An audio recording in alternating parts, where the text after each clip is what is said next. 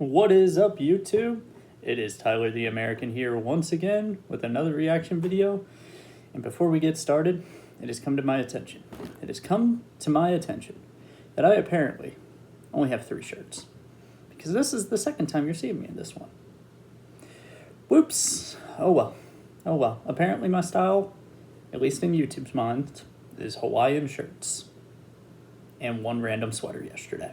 But that's okay. Maybe tomorrow I'll wear another one. Who knows? But before we get jumping into the video, I do want to tell you one thing, and one thing only. Thank you for the support. I lied. It's 2 things, actually. Thank you for the support, firstly. And secondly, I am going to be doing some research here today, or over the next few days, to try to figure out how to make the quality of my videos a bit better with the current setup. Like I mentioned, I think it was last video, I am reacting right now on an iPad front-facing camera, and obviously that quality is not good, so that's why you're seeing them in standard def. But what I'm going to try to do is use my iPhone, my handy-dandy iPhone here, this part of the camera, and see if I can make that work. We're going to work on it, we're going to try it, we're going to see what happens with it. No promises there, but that is in the works. And once again, I have a goal. The goal is to reach 100 subscribers, and we're slowly but surely getting there. My goal by this Saturday is to reach 10 subscribers, and right now I'm sitting at 8. So it looks like we're going to make it. I might have to reevaluate that goal. We'll find out. Anyway, enough of me rambling on here. It's been a minute 45 now of me just rambling.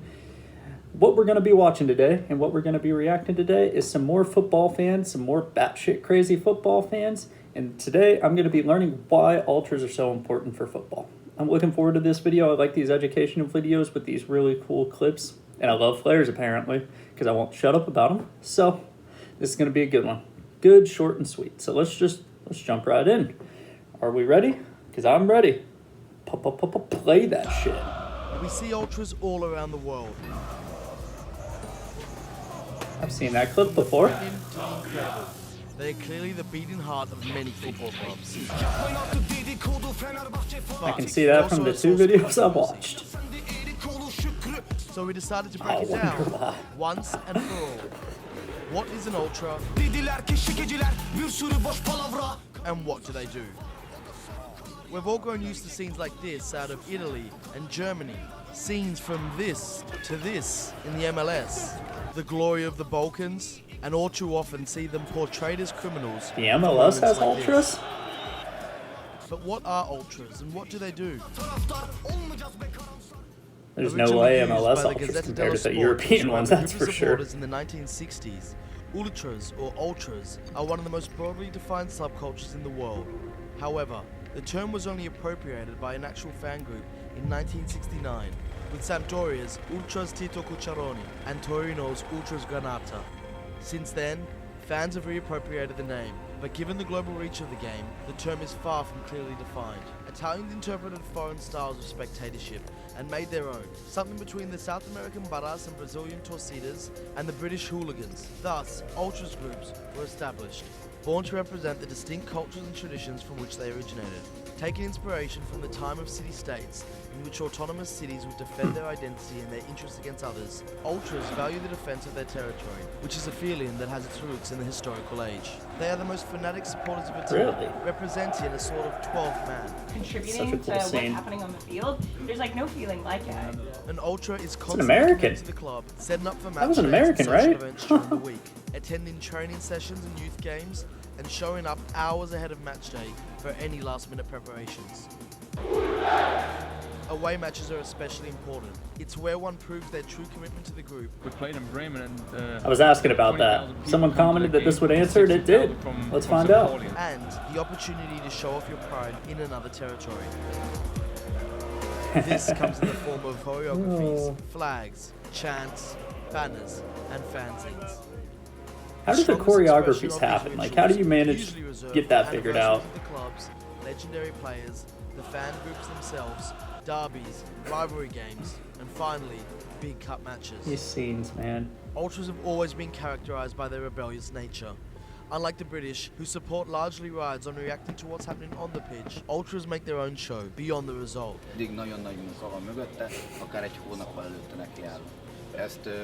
Now respect it. Wow. Okay.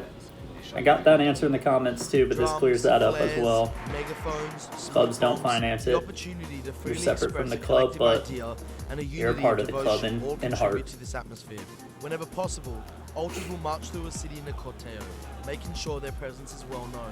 The group mentality is essential to being an Ultra. Rivalry and friendship are the most confusing and turbulent parts of Ultras culture. Of course, there are derbies between two teams of the same city or town, but the motivation behind friendships and distances between these relationships can be truly remarkable. Despite being rivals, Genoa and Sampdoria both have a friendship with Boca Juniors for their connection of immigrants established in the club. Crvena Zvezda's Delier, Olympiacos Gate 7, and Spartak Moscow's Fratria have a connection based on being the dominant team from three Orthodox nations. Just as Ultras took inspiration from political protest, the actions of Ultra groups have been influenced by political ideologies ranging from avowed nationalists to anti-fascists. For example, Celtic's Green Brigade, who forge international links and friendships with other anti-fascist Ultra groups across Europe on political grounds, as can be seen with their friendship with German side St. Pauli. While on the contrary, Lazio's Irriducibili consider Livorno and Atalanta among their biggest rivals. I was curious about that. I didn't ask it, but I was wondering about how politics played a role in Ultras to an extent. Fans are left-wing. In recent decades, the culture Curious how that worked over in Europe. Against the for commercialization of sports and football in particular.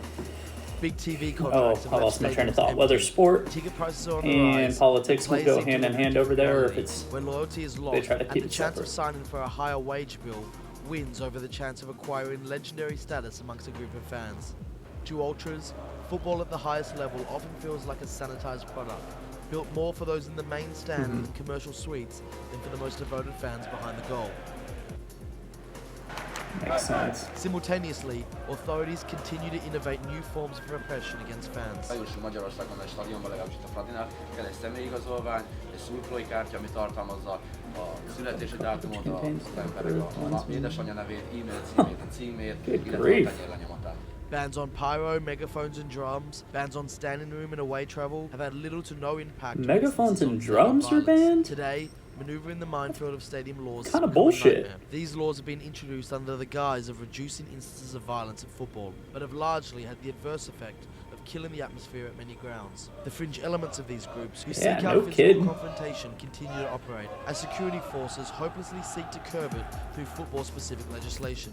This has left fans feeling criminalized. I feel like banning it might just make it worse.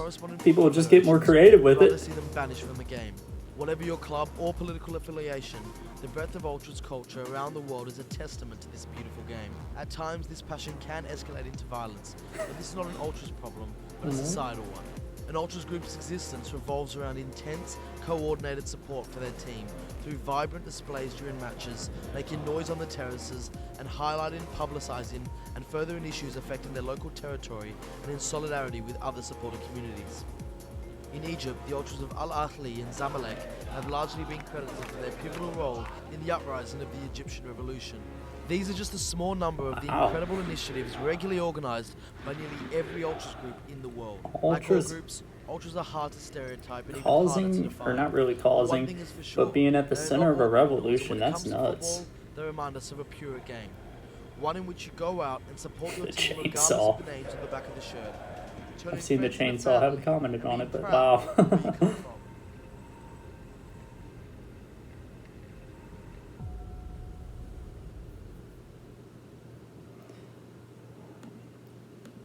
That was really interesting.